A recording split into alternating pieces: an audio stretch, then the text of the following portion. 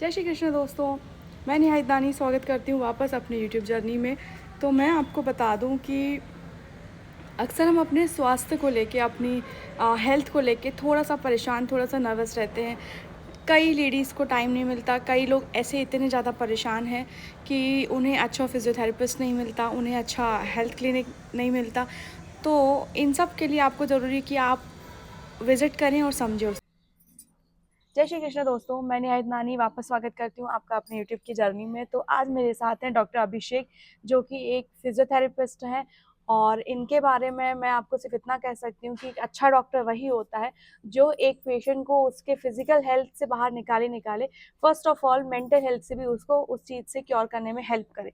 तो इसी में मैं डॉक्टर को इसी वजह से अच्छे से जानती हूँ। तो मैं आपको इंट्रोड्यूस करती हूँ डॉक्टर अभिषेक। नमस्कार जी।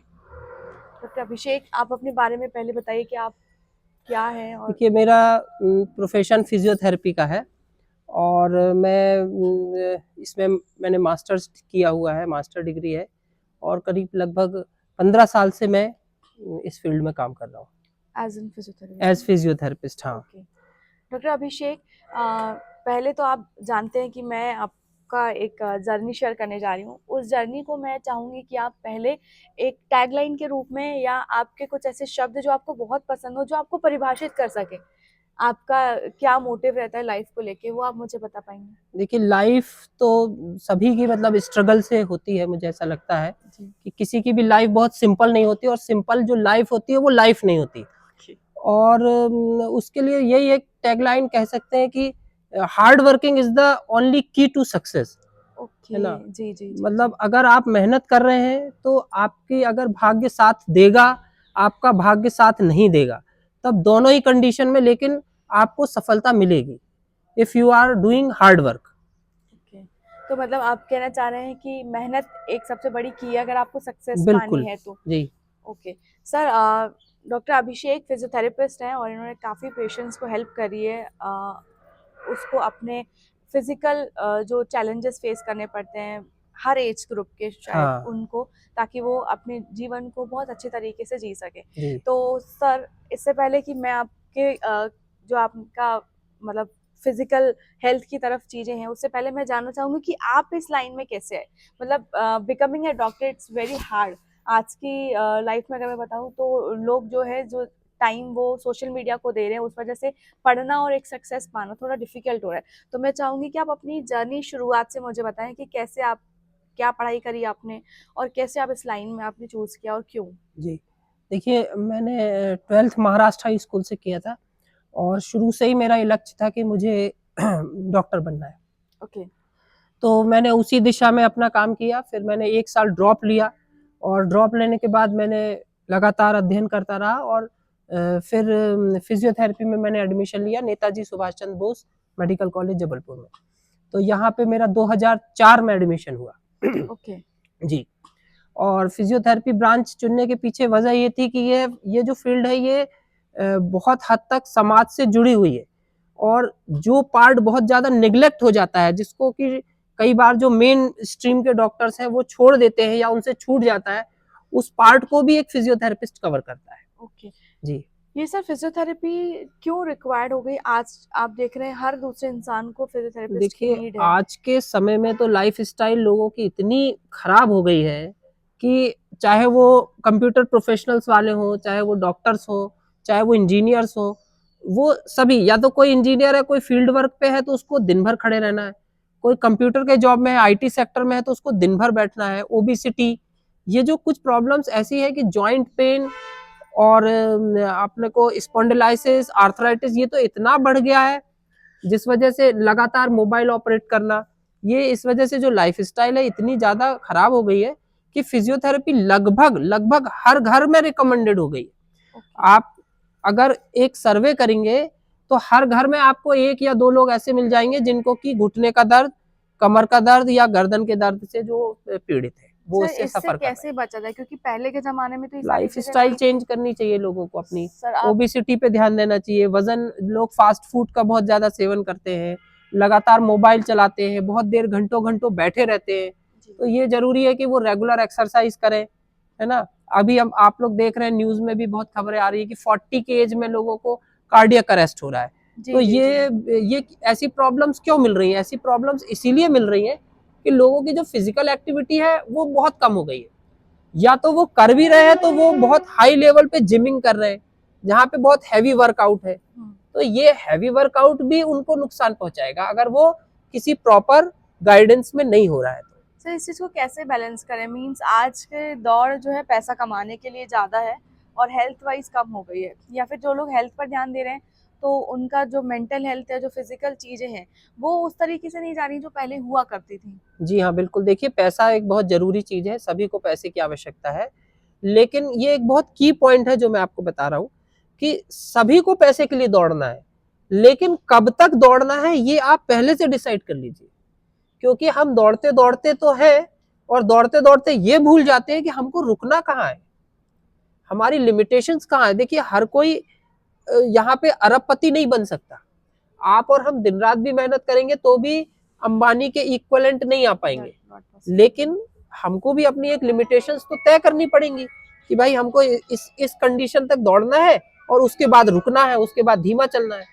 तो ऐसा सर तो इन सब चीज़ों में जैसे आपने बताया हेल्थ वाइज, तो आपने ये जैसे डॉक्टर्स के लिए होता है कि बहुत सारे सेक्टर्स रहते हैं, तो आपने फिजियोथेरेपी क्यों चूज करी कि हाँ मुझे इसी लाइन में जाना, और कैसे? मैडम, फिजियोथेरेपी जो है वो बहुत हद तक लोगों की रिहेबिलिटेशन से रिलेटेड है, टर्शरी केयर जिसको हम कहते हैं। अगर किसी को पैरालिसिस होगा तो सबसे पहले वो आईसीयू में जाके एडमिट होगा और जो उसके वाइटल्स है, बीपी, पल्स रेट, उसकी ब्रीदिंग, इनको सबसे पहले डॉक्टर स्टेबल करेगा। जब एक बार स्टेबल हो जाएगा तब 7 दिन के बाद उस मरीज को ये एहसास होगा कि मेरा तो लेफ्ट हाथ या राइट हाथ कोई एक अंग मेरा काम ही नहीं कर रहा है, वो उठ ही नहीं रहा है। तो उसी कंडीशन पे उसको फिजियोथेरेपी के लिए एडवाइस करेंगे। फिर वो फिजियोथेरेपी करते करते करते जहां पेशेंट लगातार बेड रिडन हो गया है, टोटल एकदम वो बिस्तर पर आ गया है, उसको एक फिजियोथेरेपिस्ट चलाना सिखाता है, उसको वापस से नया जीवन देता है, उसको वापस से नई जिंदगी देता है। हमारे पास हम लोग पीडियाट्रिक्स के क्षेत्र में भी काम करते हैं। आप बहुत सारी माँ ऐसी हैं जिनके जिनके एक उम्मीद की किरण रहती है कि उनका बच्चा कब बोलेगा, उनका बच्चा कब चलेगा, उनका बच्चा कब बैठेगा। 2 साल का हो गया है, बच्चा बैठ नहीं पा रहा है, 3 साल का हो गया है, बच्चा चल नहीं पा रहा है। तो उनकी जो उम्मीद की किरण है उसको हम लोग साकार करते हैं। इसीलिए मुझे ये फील्ड बहुत पसंद है। इससे अच्छा कोई दूसरा फील्ड नहीं है। डॉक्टर्स के पास आप जाएंगे, आपको वो 5 मिनट, बहुत अधिक 10 मिनट, 15 मिनट देगा, लेकिन आप एक फिजियोथेरेपिस्ट के पास जाएंगे, उसके पास आप 1 घंटे रहेंगे। तो ये बहुत मतलब फर्क है। आपने मेंटली अपने आप को प्रिपेयर किया कि मेरा फर्स्ट प्रायोरिटी सेवा है, बिल्कुल। समाज को एक सेवा देना, उसके बाद सर फिजियोथेरेपी में जैसे अभी आपने बताया, तो आज के जो बच्चे आ रहे हैं, जो न्यू बॉर्न बेबीज हैं, हर 100 में से एक बच्चा ऐसा हो रहा है जिसको एज एन ऑटिस्टिक चाइल्ड बोले, या बिल्कुल, फिर सीपी ऑटिज्म बहुत चाइल्ड, बढ़ गया अभी। जी हाँ ऑटिज्म है, या फिर सीपी चाइल्ड है, या फिर आप बोल सकते एडीएचडी क्या होता है वो। हाँ, तो ये सारी चीजें क्यों हो रही हैं? ये कोरोना के टाइम से जब आइसोलेशन स्टार्ट हुआ उस समय हम लोग ने देखा कि उस समय जो बच्चे जिनका जन्म हुआ है कोरोना के टाइम पर, उनमें ऑटिज्म और एडीएचडी की प्रॉब्लम बहुत मिली है। अच्छा, ये ऑटिज्म क्या है और एडीएचडी क्या है? ऑटिज्म एक तरह का बिहेवियरल डिसऑर्डर है। लोग इसको बहुत अधिक तक हर बार स्पीच डिसऑर्डर समझते हैं और वो जाकर स्पीच थेरेपी कराते हैं, जबकि ये एक बिहेवियरल डिसऑर्डर है। और ऑटिज्म के बच्चे को अगर प्रॉपर थेरेपी सेशन दिए जाएंगे तो वो अपने जो नॉर्मल सोसाइटी है उसमें वो काम कर सकता है। ओके। और एडीएचडी जो है वो ये attention deficit hyper active disorder है। इसमें बच्चे का अटेंशन लेवल कम हो जाता है और बच्चा हाइपर एक्टिव रहता है। वो ज्यादा उछल कूद करेगा, यहाँ वहां दौड़ेगा, भागेगा, सोफे पे जंप करेगा, और जो उसका अटेंशन है वो कम रहेगा। तो ऐसी कंडीशन पे उसको हम थेरेपी देकर और उसका जो अटेंशन है उसको बढ़ाते हैं तो इस और तरीके उसकी से तो एक्टिविटी को उनका कम लाइफ करते हैं। साइकिल पीछे चल रहा होता है फिर। उनका लाइफ स्टाइल, आज के डेट में अगर एजुकेशन और हाँ, बहुत सारी अगर चीजें। प्रॉपर टाइम पे डायग्नोस नहीं हुआ है और थेरेपी नहीं हुई है तो उस बच्चे का थोड़ा डिले होगा। लेकिन अगर प्रॉपर टाइम पे डायग्नोस हो गया है और उसका जो ट्रीटमेंट है, थेरेपी सेशन जो उसका है वो स्टार्ट हो गए, तो वो उसका डिले नहीं मिलेगा उसको। तो ये डिले का एक पीरियड होना चाहिए ना, कि किस एज ग्रुप तक हम बच्चे को और ज्यादा मतलब कर सकते हैं, कितना एक माँ के पास टाइम होता है, क्योंकि मेंटली एक माँ को भी प्रिपेयर रहना पड़ता है बिल्कुल। कि मेरे बच्चे को ये दिक्कत है और मैं इस चीज को एक्सेप्ट करती हूँ और आगे जी, बढ़ना चाह रही हूँ, तो ये इसके चीज लिए बहुत डिफिकल्ट हाँ, होती है। इसके लिए जो हम लोगों के करिकुलम है उसमें हर एक चीज के लिए एक माइलस्टोन डिसाइड है वो नॉर्मल माइलस्टोन है। जैसे फॉर एग्जांपल मैं आपको बता देता हूँ कि जैसे फिजिकल डेवलपमेंट है, तो फिजिकल डेवलपमेंट में 3 मंथ की एज में नेक कंट्रोल आता है। ओके। फिर 4 मंथ की एज में ग्रास्पिंग आती है, मतलब बच्चे की तरफ आप उंगली बढ़ाएंगे तो वो पकड़ेगा, हाँ। इसको हम कहते हैं रीच एंड ग्रास्प। 5 मंथ में वो टर्निंग करता है, करवट बदलना सीखता है। 6वें महीने में बैठता है, 8वें महीने में लगभग क्रॉलिंग करता है, 10वें महीने में स्टैंडिंग, ये एक नॉर्मल और 11वें महीने चाइल्ड में का बिल्कुल, है। और 11वें महीने में चलता है। ये एक नॉर्मल डेवलपमेंट है। है। बच्चा 1 वर्ड अटरेंस माने एक शब्द बोलेगा 1 साल की उम्र में, जी। 2 शब्द बोलेगा 2 साल की उम्र में, और लगभग 2.5 से 3 साल में वो फ्रेजेस और सेंटेंस बोलने लगेगा। तो ये स्पीच का डेवलपमेंट है। इसी तरह से उसका इमोशनल डेवलपमेंट, सोशल डेवलपमेंट और दूसरे भी डेवलपमेंट होते हैं। तो हर एक डेवलपमेंट के लिए एक उसका माइलस्टोन डिसाइड है। तो अगर उस माइलस्टोन में वो अचीव कर रहा है या उससे थोड़ा 2 महीने डिले है, तो हम उसको नॉर्मल में कंसीडर करेंगे। लेकिन यदि एक बच्चा है जो कि 2 साल का हो गया है और बैठ नहीं पा रहा है, मतलब उसका 6 मंथ का जो डेवलपमेंट है वो नहीं आया है up to the age of 2 years, तो फिर उसको हमको थेरेपी सेशन की जरूरत है। ओके। तो इस तरीके से माइलस्टोन का एक पर्टिकुलर टाइम डिसाइडेड है कि अगर इस एज ग्रुप तक नहीं हो रहा है। हाँ। अब कई सारे ऐसे लोग हैं जो फाइनेंशियली वेल ऑफ नहीं है जी। तो बहुत सारी फ्री ऑफ कॉस्ट सरकारी चीजें चल रही हैं, बट उतना डेवलप नहीं होती है चीजें। आप भी जानते हैं। उतना हम कवर नहीं करवा पाते हैं, या बहुत सारी ऐसी चीजें हैं जो यहाँ नहीं बाहर अवेलेबल है। तो हम किस एज तक मान सकते हैं कि हाँ इतना वेट करिए, उस एज तक आप थोड़ा सा करिए और कवर करने की कोशिश कर सकते हैं? फिजिकल डेवलपमेंट जैसे मैंने आपको बताया, अगर आपको लगता है कि 6 महीने का बच्चा हो गया और गर्दन नहीं संभाल रहा है, तो ऐसी कंडीशन पे हमको कोई फिजियोथेरेपिस्ट जो आपके नजदीक हो, जो उसके जानकार हो, उनसे मिलना चाहिए। स्पीच डेवलपमेंट में यदि बच्चा 3 साल का हो गया है और बिल्कुल भी कुछ नहीं बोल रहा है, तो ऐसी कंडीशन पे हमको एक स्पीच थेरेपिस्ट से मिलना चाहिए। मैं यहाँ पे स्पीच और फिजियो दोनों ही थेरेपी करता हूँ, क्योंकि मैंने जो अपनी फिजियोथेरेपी है इसमें मैंने मास्टर डिग्री की हुई है और स्पीच थेरेपी में मैंने डिप्लोमा किया हुआ है। ओके। जी। तो मतलब हम जैसे अभी एक होता है ना एज ग्रुप 5 साल तक बच्चों का इतना डेवलपमेंट हो जाना चाहिए, बिल्कुल। और वो सारी चीजें, तो क्या इसमें भी ऐसा कुछ है? हाँ, इसमें भी अगर उस पर्टिकुलर एज तक, जैसे कि बच्चा 3 साल का हो गया और नहीं बोल पा रहा है, तो हमको फिर स्पीच थेरेपी लेनी है। और सर आजकल जैसा कि सोशल मीडिया का ज़माना है, आपकी ये चीज़ें भी हम सोशल मीडिया में ज़रूर शेयर करेंगे क्योंकि बहुत हेल्पफुल हैं लोगों के लिए। आपने देखा होगा अभी बहुत सारे ऐसे नए-नए डॉक्टर्स आ गए हैं जो कोई ऑयल यूज़ कर रहे हैं, तो कोई कुछ मॉड्यूला करके कुछ ऐसे सेशंस ले रहे हैं। तो वो सब क्या है? क्योंकि फिज़ियोथेरेपी में जो मैं जानती हूँ जितना फिज़ियोथेरेपी, उस हिसाब से आप बच्चों के जो नर्व्स वगैरह रहती है या उनको खड़ा करने का जो प्रोसेस रहता है, कुछ मशीन्स हेल्प करती हैं, कुछ आपका डेली एक्सरसाइज़ेस हेल्प करती है, कुछ आपके कुछ और अदर इक्विपमेंट्स रहते हैं, कुछ बलून वगैरह ऐसी चीज़ें होती हैं। इसके अलावा अब वो नए-नए पैटर्न्स आ रहे हैं मार्केट में, तो वो एक्चुअल में है, रिसर्च बेस्ड है कि किसी का पर्सनल लेवल पे है, कुछ ऐसा आप उसको देखिए थोड़ा-सा? क्या है कि एलोपैथी, होम्योपैथी, आयुर्वेद, ये कुछ तरह की पैथीज चलती हैं अपने इंडिया में, है ना? उसी में फिजियोथेरेपी जो है वो एलोपैथी का ही हिस्सा है। जो अपनी एलोपैथी, जैसे हम लोगों की जो पढ़ाई होती है वो मेडिकल कॉलेज में होती है, और मेडिकल कॉलेज के डॉक्टर्स ही हमको पढ़ाते हैं, और जो एमबीबीएस का सिलेबस है वही फिजियोथेरेपिस्ट का सिलेबस होता है। है ना? अब बहुत सारी क्वैक्स भी चलते हैं। जो क्वैक्स हैं वो, जैसे कि आपने देखा होगा कि बहुत सारे कुछ सेंटर्स खोल लेते हैं, कोई मशीन बेच रहा है ना? वो आपसे कहता है आप फ्री में आओ, थेरेपी कराओ, फिर वो मशीन आपको सेल कर देगा। हाँ जी। तो इस तरह से क्वैक्स भी चलते हैं, और जो माल प्रैक्टिस जिसको हम कहते हैं वो भी चलती है, पर सरकार लगातार उन पे कार्यवाही कर रही है और उनको पकड़ती है। और ये जनता को ये जागरूक रहना चाहिए, लोगों को ये, और आपके माध्यम से भी लोगों को ये जागरूकता जाए कि वो क्वैक्स से बचे। क्वैक्स मतलब जो माल प्रैक्टिस कर रहे हैं, जो कि डॉक्टर नहीं है लेकिन वो डॉक्टर बन के अनाप शनाप प्रैक्टिस कर रहे हैं, है ना? ऐसे लोगों से बचना चाहिए, क्योंकि उससे आपका पैसा और समय दोनों बर्बाद होता है। क्योंकि जितना पैसा जरूरी है उतना समय भी जरूरी है। अगर वो समय गुजर जाएगा तो जो इट इज ओनली लाइक कि ये आपने जो बताया वो तो आपने क्वेक लाइक मींस फॉल्स है, फ्रॉड है कहीं ना कहीं। हाँ। पर रिजल्ट्स भी देखने को मिले हैं जिनके बारे में मैं बात कर रही हूँ। लाइक मैंने एक पंजाब के देखा, हरिद्वार का देखा, लाइक सेंटर्स हैं अलग अलग जगहों पर, तो मशीनों के अलावा भी और भी वो एक्सरसाइजेस करा रहे हैं।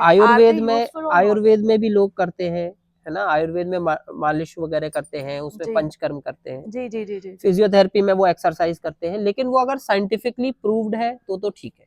अगर वो साइंटिफिकली प्रूव्ड नहीं है, वो इन जो अपने यहाँ जो बेसिक जो ये जो मैंने आपको बताया, जी। आयुष, आयुर्वेद, यूनानी, होम्योपैथी, सिद्धा और योग, ये 5 पैथी और एलोपैथी, इसके अलावा और कुछ नहीं है। तो ये प्रूवन है कि नहीं, ये लोग कैसे जाने? ये क्योंकि लोग पैथीज तो प्रूव्ड है। मतलब आप जानते, आप तो और अच्छे से जानते होंगे कि एक माँ जिसका बच्चा फिजिकली मतलब चैलेंज्ड है, हाँ। या फिर प्रॉपर डेवलपमेंट नहीं है, या ओवरऑल डेवलपमेंट डिले है, तो इन दैट केस वो उसको तो बस एक लालच रहती है कि ये बिल्कुल, उम्मीद हो जाती है कि बिल्कुल वहां से ठीक रहती होके है मेरा कि बच्चा हाँ, कोई आएगा। अगर कष्ट में है और उनके हाँ, बच्चे को कोई तो आज तकलीफ जैसे कि है। हमारे भारत में बिल्कुल, जानते हैं कि अगर कोई जहर भी बेचना चाहे तो बेच हाँ, सकता है, ये बिल्कुल। बोल के कि ये प्रसाद है। उसके लिए लोगों को ही जागरूक होना पड़ेगा। और एक चीज और बताते हैं कि यदि आपको ऐसा लगता है कि अमुक भभूति लगाने से ठीक हो रहे हैं, या फलाना धागा बांधने से ठीक हो हाँ रहे हैं, हाँ हाँ है हाँ ना, या फलाने तेल को रगड़ने से ठीक हो रहे हैं, तो ऐसा जी। नहीं होता है। बॉडी नेचुरल हीलिंग करती है। देखिए, जैसे हमारे पास कोई, हम लोग जबलपुर में बैठते हैं, हमारे पास कई बच्चे ऐसे आते हैं जो कि मंडला, निवास और निवास से भी 30-40 किलोमीटर अंदर गांव से आते आए। हैं। हाँ। वो लोग रोज नहीं आ सकते, तो उनको, वो लोग, हम उनको थेरेपी हमने उनको बताई, एक्सरसाइज हमने उनको बताया, उन्होंने अपने घर में अपने हिसाब से जो कराया, लेकिन उसमें भी बच्चे का सुधार आता है, क्योंकि वो नेचुरल डेवलपमेंट हाँ, होता है। क्योंकि आजकल ऑनलाइन सेशंस भी लोग लेने लगे बिल्कुल, हैं, लाइक एक यूएस वाले। नेचुरल हाँ डेवलपमेंट हाँ। होता है। अगर बच्चे को कोई इलाज नहीं भी दिया जाएगा, तो भी उसमें कुछ हद तक कुछ परसेंटेज सुधार आएगा। ओके। थेरेपी या जो ड्रग्स है, जो मेडिसिन है, इनसे वो उस सुधार को हम और प्रमोट कर सकते हैं और बढ़ा सकते हैं, लेकिन नेचुरल भी वो अपने आप को हीलिंग करती है बॉडी। सर, ये तो हुआ हम जो फिजिकली लोगों को हम बताना चाह रहे हैं कि आप जागरूक रहिए, लेकिन लोगों की जो आज की मानसिक स्थिति है जी, सर, उससे पहले वो कैसे क्योर हो, कैसे एक्सेप्टेंस लेके आए लोग? मानसिक स्थिति से तो आपको आप मेडिटेशन करें, उससे बाहर आए, और सबसे जरूरी चीज है कि आप नॉलेज इकट्ठा करें। अगर आपके पास में सही नॉलेज है, प्रॉपर नॉलेज है, तो आप गलत चीजों से बच पाएंगे, है ना। अभी जैसे माने कोई भी चीज आप ले लीजिए, ये साइबर फ्रॉड्स हो रहे हैं, तो उसमें भी गवर्नमेंट ये कह रही थी कि आप जानकारी रखिए, आप जागरूक बनिए। सर, डॉक्टर तो मतलब कि दूसरा भगवान हम मानते हैं अपने यहाँ पर जी, अगर वहीं पे चीटिंग होगी, वहीं पे फ्रॉड होगा, तो लोग फिर कहाँ जाएं? जो डॉक्टर्स हैं, मुझे नहीं लगता है कि वो शायद गलत करते हो, लेकिन जो क्वैक्स है वहां गलतियां होती हैं। जी। और सर, वहां पे भी तो डॉक्टर वर्ड यूज किया जाता है जिसके भरोसे पे हम जाते हैं। नहीं, तो वो वही तो हमको यही समझना है ना कि कौन इसके लिए एलिजिबल है और कौन एलिजिबल नहीं है। गवर्नमेंट तो देखिए काम कर रही है, हम लोग सीएमओ को, जनता तो बेवकूफ है, जब हम लोग सीएमओ को और लिखते हैं कहना चाहें कि लेटर। इमोशंस में बह जाती है। हाँ, मतलब आपको ये चीज तो समझनी चाहिए ना कि मेरे को ये मैं इनके पास जा रहा हूँ, तो इनके पास क्या डिग्री है, क्या नहीं है ना, ये कौन सा ट्रीटमेंट कर रहे हैं, ये प्रॉपर इतनी तो जानकारी होनी चाहिए। क्योंकि हम लोग जब छोटी छोटी चीजें भी करते हैं, आप लोग ऑनलाइन आप कोई चीज परचेज करते हो तो 10 बार उसका रिव्यू देखते हो, ये प्रोडक्ट ठीक है कि ये प्रोडक्ट ठीक नहीं है ना। तो जब हम लोग इन चीजों पर इतना खोजबीन करते हैं, तो कम से कम अपने हेल्थ के लिए जो काम कर रहा है उसके लिए तो सर, जानकारी पता। काफी लोग बैकग्राउंड मतलब बैकवर्ड एरिया से आते हैं जिन्हें इन चीजों का नॉलेज नहीं है। इवन जैसे हमारे यहाँ के पढ़े लिखे लोग गाँव में जा रहे हैं, कोई चादर या कोई कंबल वाले बाबा, कभी कुछ हो रहा है, तो इसी तरीके से वहाँ के लोग यहाँ पे भी आते हैं। बिल्कुल, ऐसे इसके लिए जरूरी है कि गवर्नमेंट जहां तक काम कर रही है वो ठीक है, लेकिन आप जैसे लोग जहाँ क्योंकि जो ये एक तो वीडियो, पाप कमाना हो गया जी, ना। जैसे आप जैसे लोग जो एक वीडियो बनाकर एक इन्फ्लुएंसर बन रहे हैं, वो आपके वीडियोस उन ग्रामीण क्षेत्रों तक जाए, जी। वो लोग आपके वीडियोस को देखें और उससे वो इंस्पायर हो, उनसे वो जागरूक बने। ये बहुत सर, मैंने, हमारे जैसे ये, और भी लोग हैं जो हाँ, गलत चीजों को भी प्रमोट कर रहे वो हैं। गलत चीजों को कर रहे हैं, लेकिन आप जो कर रहे हैं वो एक अच्छा काम कर रहे हैं। और इस तरह के वीडियोस बना के जो आप जागरूकता फैला रहे हैं, ये वीडियोस अगर कुछ लोग सुनेंगे, जो उनको, जिन लोगों को ये खबर लगेगी, तो डेफिनेटली ये फायदे का काम। Thank you so much sir. Sir, अब आपकी जर्नी के बारे में हम जानना चाहेंगे कि फिजियोथेरेपिस्ट जो आप बने हुए हैं, उसमें बहुत सारे चैलेंजेस भी आते हैं लाइफ में।